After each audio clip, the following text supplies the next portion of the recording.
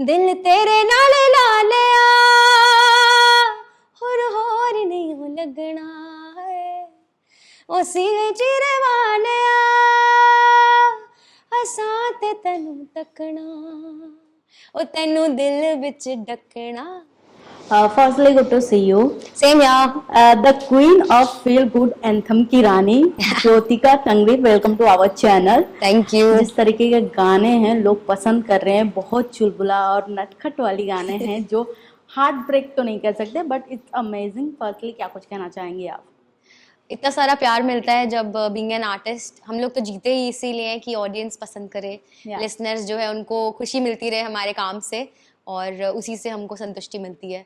तो जब जब कोई गाना वर्क करता है, अच्छा लगता है, तो बहुत बहुत अच्छा लगता है. रिसेंटली बहुत सारे ऐसे गाने आए जिस पे मुझे लोगों के बहुत सारे कमेंट्स, बहुत सारी रील्स देखने मिलती है. इश्क दे फनियर गाना अभी बहुत ज़्यादा मैं कवर्स देख रही हूँ, सिंगर्स उसको गा गा के डाल रहे हैं और मुझे बहुत खुशी मिलती है. ओ मेरी लैला को बहुत प्यार मिला था रिसेंटली.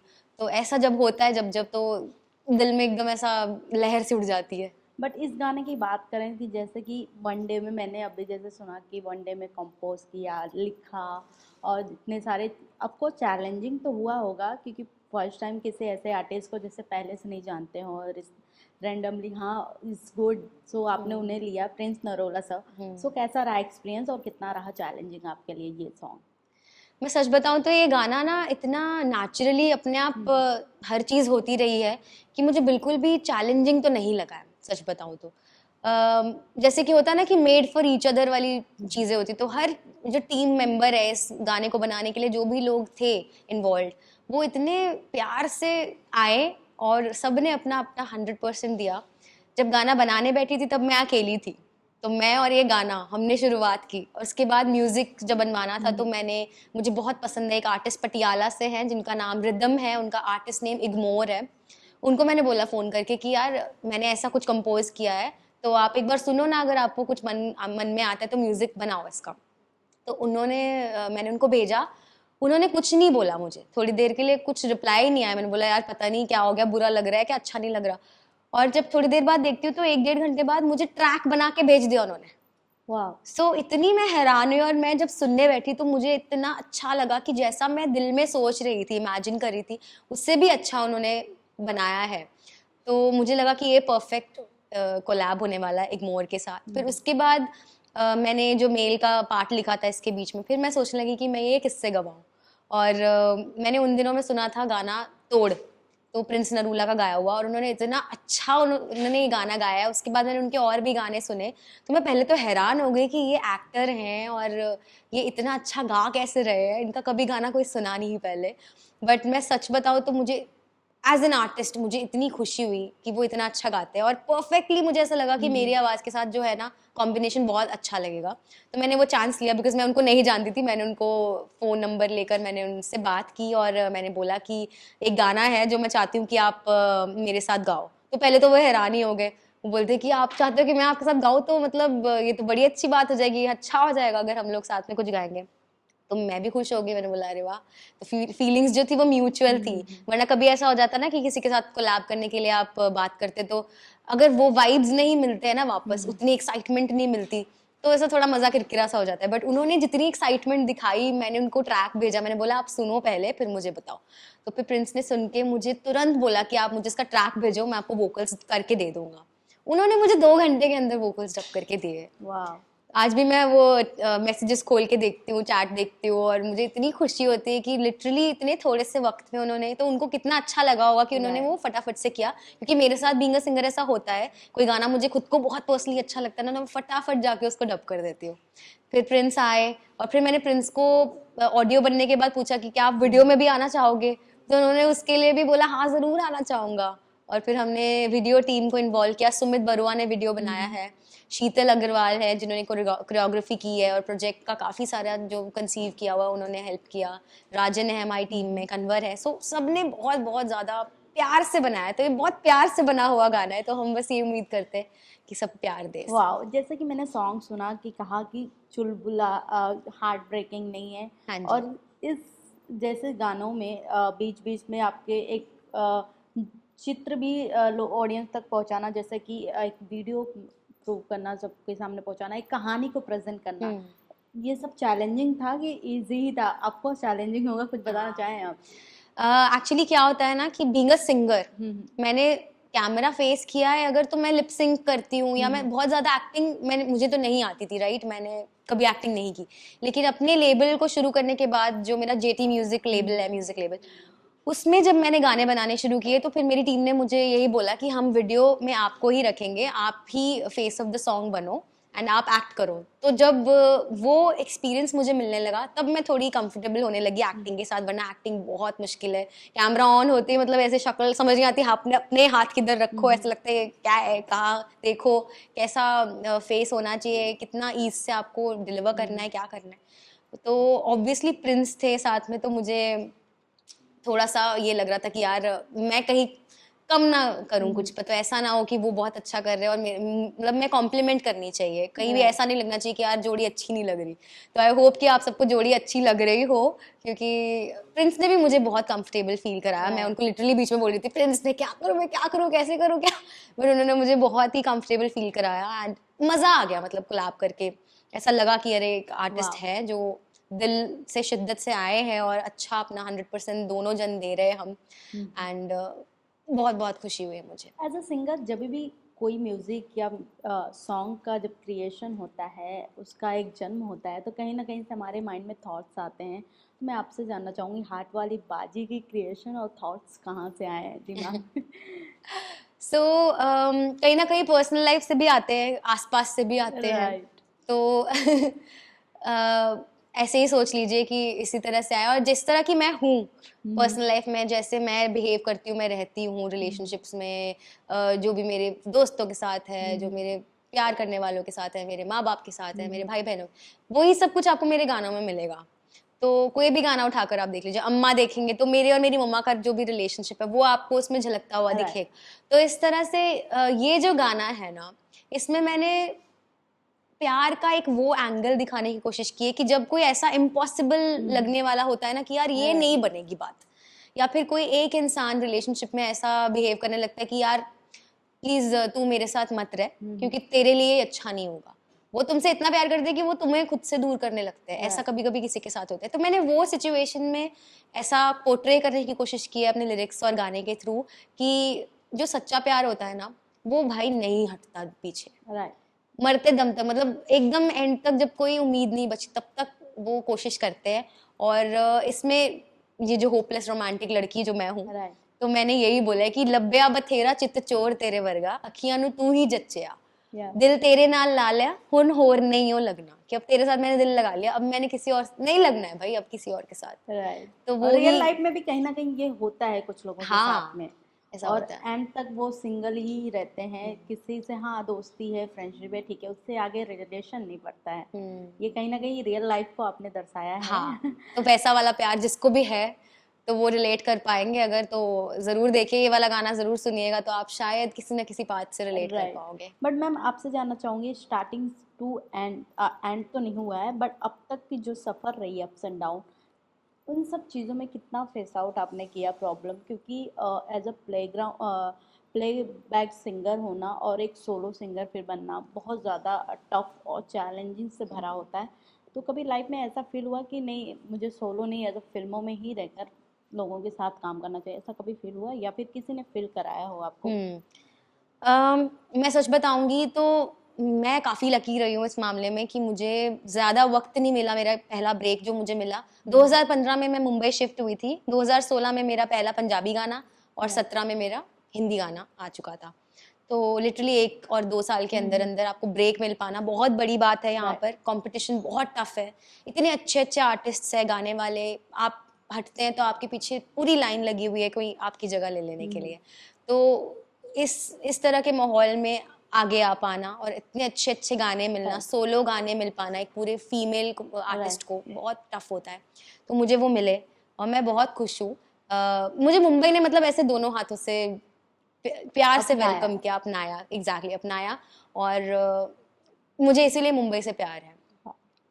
मुझे कभी भी यहाँ पे ऐसा कुछ भी फेस नहीं करना पड़ा कि जिससे मुझे ऐसा लगे कि यार ये मुझे अच्छा नहीं लगा। मैं हमेशा कहीं भी जाती हूँ ना, Right. मुझे प्यार है अपने, मुझे जलंधर और पंजाब से तो है ही, क्योंकि वो मेरी जन्मभूमि है। तो लेकिन यहाँ से एक ऐसी अटैचमेंट है कि मुझे वापस आने का मन करता है कि Right. मुंबई में मेरा कुछ तो है यहाँ पर कि मैं इसके लिए वापस आती हूँ, और वो मेरा काम है, Right. मेरी कर्म भूमि है, तो इसके लिए मैं आती हूँ। बट रही बात की सोलो सिंगिंग का, जो मेरा इंडिपेंडेंट म्यूजिक का सफ़र है, वो मैंने रिसेंटली मतलब 2-3 साल से ही शुरू किया है। Right. मुझे 10 साल हो गए बाय द वे मुंबई में इस साल। तो 2-3 साल से मैंने अपना लेबल स्टार्ट किया, और इसमें बहुत बड़ा श्रेय मैं देना चाहूँगी राजन कुमार को, रांझा राजन जिनका नाम है। उन्होंने मुझे लिटरली ऐसे सपोर्ट किया कि ज्योतिका हम आपके साथ हैं। उन्होंने पूरी टीम खड़ी की अपने साथ, वो डायरेक्टर भी हैं, उन्होंने मेरे वीडियोस बनाए हैं बहुत सारे, और इतने सारे गाने अच्छे अच्छे वो ढूंढकर मेरे लिए लाते हैं कि ज्योतिका हम ये अपने लेबल पे रिलीज कर सकते हैं। तो अपना समझ के, मतलब जब आपको एक टीम मिल जाती है ना, तो बहुत ईजी हो जाता है। Right. तो बाकी डेफिनेटली जो कठिनाइयाँ आती हैं, चैलेंजेस तो आते ही है हर चीज़ में, पर आप उससे सीखते हैं, और वो आपको और स्ट्रॉन्ग बनाता है। बट मैंने आपका एक सॉन्ग है जो मुझे बहुत ज़्यादा पसंद है, पल्लू लटके। अच्छा। और वो मैं जब भी घर पे शादियाँ वगैरह होती हैं तो वो गाने बजते ही बजते हैं, जिससे हमारी भाभियाँ और हम सबके डांस होते रहते हैं। अरे वाह, बट वो सुनना चाहूँगी लाइव में, क्या आप सुना सकती हैं 2 कड़ी? ज़रूर सुनाना चाहूँगी। पल्लो लटके मेरा शुरुआती दिनों का मतलब one of the Yeah. Early वाला सॉन्ग्स है, और सबसे बड़ा मेरी लाइफ का अब तक का गाना वही है। Right. उसे सबसे ज़्यादा प्यार मिला है। तो जब भी मुझे पल्लो लटके गाने को बोला जाता है तो मुझे बहुत खुशी मिलती है। हाय, 2 तोले की मुंदरी ला दे, 3 तोले का कंगना, मुंह दिखाई दे दे फिर तू ले जा अपने अंगना। ना समझ तू चीज पुरानी, चेहरा मेरा पीस नूरानी, देखेगा तो खा जाएगा 100 झटके रे। पल्लो लटके रे मारो पल्लो लटके, जरा सा टेढ़ो हो जा बाल माँ, पल्लो लटके रे मारो पल्लो लटके रे। वाओ! बट मैं ये भी जानना चाहूँगी कि बॉलीवुड सॉन्ग और पंजाबी सॉन्ग में कितना डिफरेंस है according to you? Difference Bollywood और पंजाबी गानों में ये है कि डेफिनेटली पंजाब के जो लोग होते हैं उनका काम करने का तरीका थोड़ा अलग होता है, बॉम्बे का थोड़ा अलग होता है, और दोनों ही में मैं रच बस गई हूँ, क्योंकि वहाँ से मैं हूँ पंजाब से, तो मुझे पता है कि वहाँ पर एक अपनापन सा होता है, सिर्फ काम नहीं होता उसमें, आपको ये भी होता है कि हाँ ठीक है, काम रिकॉर्डिंग होगी, अच्छा चलो आओ पराठे खिलाएं आपको, चलो चाय पियोगे, अच्छा चलो आपको छोड़ आए। लेकिन बॉम्बे में एक अलग तरह का माहौल है। यहाँ भी अपना ही तरह का एक माहौल है कि प्रोफेशनल है सब लोग बहुत। तो मुझे वो भी पसंद है कि भाई अपना काम कीजिए अच्छे से। यहाँ पर किसी को फर्क नहीं पड़ता कि भाई शो ऑफ से कि आप कौन सी गाड़ी से उतरे हैं, आप कहाँ रहते हैं, आप अच्छा काम करते हैं तो आपके लिए मुंबई में जगह है। ये बात मुझे बहुत पसंद है यहाँ की, और मुझे पंजाब की ये बात पसंद है कि वहाँ पे अपनापन जो है उसकी कोई भी रीस नहीं है, उसकी तरह कुछ भी और कहीं मैंने नहीं देखा। वाओ! ज्योतिका मैम, जैसे कि मैंने आपका सोशल मीडिया का जो यूट्यूब चैनल है सारे गाने देखे, काफ़ी ए लिस्टेड है, एक से बढ़कर एक हैं। अगर इन फ्यूचर कोई बॉलीवुड सेलिब्रिटी अपने लिए आपसे वो गाने एज अ अपने फिल्मों में गवाना चाहे तो आप वो किसको देना चाहेंगी? किस वैसे कोई फेवरेट एक्टर या एक्ट्रेस जिसे आप डेडिकेट करके वो गाने उन्हें गाना चाहें उनके लिए, उनके फिल्मों में? जो मेरे इंडिपेंडेंट गाने हैं उनको मैं फिल्मों में अगर देना चाहूँ, हाँ। अरे वाह ये तो बहुत ही अच्छा सवाल है यार। ठीक है, क्योंकि अक्सर ऐसे होते रहते आई नो हैं। ऐसा होता है। या आई होप कि हमारे गाने भी ऐसे सिंक हों किसी Yeah. फिल्म के साथ, और किसी सिचुएशन में बैठते हो तो Right. जाए। जैसे कि हार्ट वाली बाजी अगर है, मुझे ऐसा लगता है कि हार्ट वाली बाजी उम, किसको मिलना चाहिए ये गाना। आई थिंक अगर आलिया भट्ट की कोई फिल्म हो तो उसमें अगर ऐसी कोई सिचुएशन हो जिसमें Right. एक ऐसी होपलेस रोमांटिक लड़की जो प्यार में पागल हो चुकी है, और वो किसी भी हद तक जा सकती है अपने प्यार को पाने के लिए, Right. तो वो उस फिल्म में आलिया भट्ट ये इस गाने को लें और Wow. इस पे एक्ट करे तो अच्छा लगेगा। आप गानों को लेके सोशल मीडिया पे किस तरीके से एक्टिव रहती हैं? कुछ बताना चाहें आप, आपकी टीम, आप? हाँ जी, सोशल मीडिया हमारा definitely one on one connection का एक बहुत बड़ा मीडियम है हमारी Right. ऑडियंस के साथ, जो कि पहले हम लोग को लिबर्टी नहीं थी इतनी। पहले फेसबुक था, फेसबुक के पहले ये सब ज़्यादा नहीं होता था, राइट। तो अब ऐसा हो गया कि हमें कुछ भी बात करनी है तो 1 सेकंड में हम लोग बस एक स्टोरी पोस्ट कर Right. सकते हैं, लाइव जा सकते हैं। तो मुझे बहुत पसंद है ये मीडियम, और मैं बहुत ज़्यादा एक्टिव रहने की कोशिश करती हूँ। जब भी गाना आता है तब गाने के बारे में बहुत सारी स्टोरीज होती हैं, बैक स्टोरीज, बहुत सारी चीज़ें होती है, बहुत एक्सपीरियंसेस होते हैं, BTS होता है, तो वो सारा कुछ शेयर करने में बहुत मज़ा आता है। इनफैक्ट जो भी लोग मुझसे जुड़े हुए हैं सोशल मीडिया पे, वो मुझसे खुद पूछते हैं कि हमें ये बताइए, वो बताइए। सो ऐसी वाली चीज़ें मुझे करना बहुत पसंद है। बहुत सारी रील्स मैं बनाती हूँ, बहुत सारी रील्स पोस्ट करती रहती हूँ, बहुत कंटेंट बनता है। हार्ट वाली बाजी के लिए भी हम लोगों ने बहुत सारे चीज़ें बनाई हुई हैं, मैं कुछ रोज़ पोस्ट करती रहती हूँ। एंड मैं बहुत खुश हूँ कि वहाँ पर सोशल मीडिया पे, इंस्टाग्राम पे हमारा गाना ट्रेंड भी कर रहा है, पहले ही दिन ट्रेंडिंग में आ गया था। तो ऐसी सब चीज़ें जब होती है तो आपको एक तुरंत एक फीडबैक मिलता है राइट। कि लोगों को अच्छा लग रहा है कि नहीं लग रहा। तो ये मुझे अच्छा लगा कि सबने पसंद किया मैंने है। आपका लास्ट सोशल मीडिया पे वीडियो देखा था जब आप सारेगामापा पे गई थी। एक I think father and grandfather and daughter थी, उनको काफ़ी हाँ ज़्यादा अप्रिशिएट किया था हाँ आपने। जी। और आपकी भी एक life journey I think reality show से स्टार्ट हुई हाँ थी, जी। या फिर वहाँ की कुछ कहानियाँ थी जो आप बताना चाहें ऑडियंस को, क्योंकि हाँ काफ़ी जी। इस टाइम के जनरेशन के लोगों को काफ़ी कम वो चीज़ें पता हैं, सो दैट्स हम्म। वाई आपको शेयर करना चाहें। मैं मेरे पापा से बहुत क्लोज थी। पापा 2012 में उनकी डेथ हो गई थी, और उनको बहुत अच्छा लगता था जब मैं कहीं अच्छी प्लेटफॉर्म पे गाती थी, बट अनफॉर्चुनेटली वो उतना नहीं देख पाए मुझे किसी भी प्लेटफॉर्म पे, उससे पहले ही वो हमें छोड़ के चले गए। तो जब सारेगामापा में पेरेंट्स स्पेशल एपिसोड था तो उन्होंने मुझे बोला था कि आप क्या गाना गाना चाहेंगी। तो मम्मा भी आई थी, और मैंने मम्मा से कहा कि मम्मा मैं पापा के लिए ये गाना गाना चाहती हूँ। तो उन्होंने मुझे बोला कि तू गा पाएगी, क्योंकि उन्हें पता है कि मैं बहुत इमोशनल हो जाती वाह। हूँ। जब पापा की डेथ हुई थी तो जब सब इकट्ठे होते हैं डेथ के बाद, तो चौथे पे, Yeah.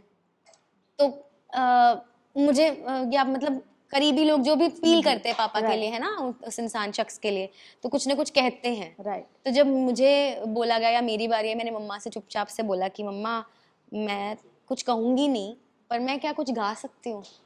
तो उन्होंने मुझे बोला कि बेटा ये इस माहौल में मुझे नहीं पता क्या होता है, गा सकते हैं कि नहीं। मैंने बोला मेरे लिए मेरा संगीत ही सब कुछ है, और इससे बड़ा मैं कुछ लास्ट पापा को गुड बाय बिड नहीं कर सकती, तो मैं कुछ गाऊंगी उनके लिए। तो मैंने चिट्ठी ना कोई संदेश वाह। गाया। उसमें कुछ लाइंस आती हैं, वो मुझे हमेशा छू जाती है, क्योंकि मेरे पापा हमेशा मुझे गुड़िया कह के आवाज़ देते थे। तो वो आवाज़ जो देना उनका मैं सबसे ज़्यादा मिस करती हूँ। तो उसमें आती हैं लाइंस की, एक आह भरी होगी हमने न सुनी होगी, जाते जाते तुमने आवाज तो दी होगी, हर वक्त यही है गम, उस वक्त कहाँ थे हम, कहाँ तुम चले गए। चिट्ठी न कोई संदेश, जाने वो कौन सा देश, कहाँ तुम चले गए, कहाँ तुम चले गए। सॉरी फॉर दैट कि मैंने इमोशनल कर दिया। नहीं, आई मीन बट अच्छा है, आज उनकी याद मुझे आ भी रही थी, क्योंकि आज हमारे लिए बड़ा दिन है।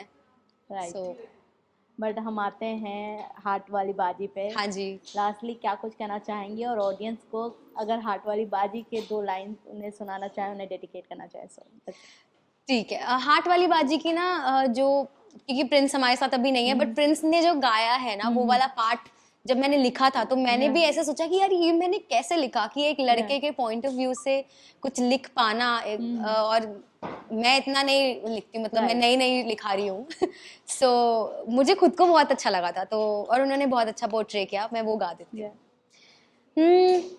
हो जा मैं नहीं आना तेरे हत्थे, आ जेड़ी इश्क बीमारियां कदे ना लथे, मोहब्बत खेड है जुए आला रिस्के दा, ओ जान जान के ना पंगा लेना इश्के दा, चंगा भला जी रहा हाँ मौज नाल जिंदगी नू, कानू एवें जब चकना, ओ सही जगह लभ जाके प्यार जेड़ा भाल दिया बस कर मैनू तकना दिल तेरे नाल ला लिया होर नहीं हो लगना है ओ सीने चिरे वालिया असां ते तैनू तकना ओ तैनू दिल विच डकना Wow, thank you so much, Thank ma'am. you. Thank you. Thank you. Thank you.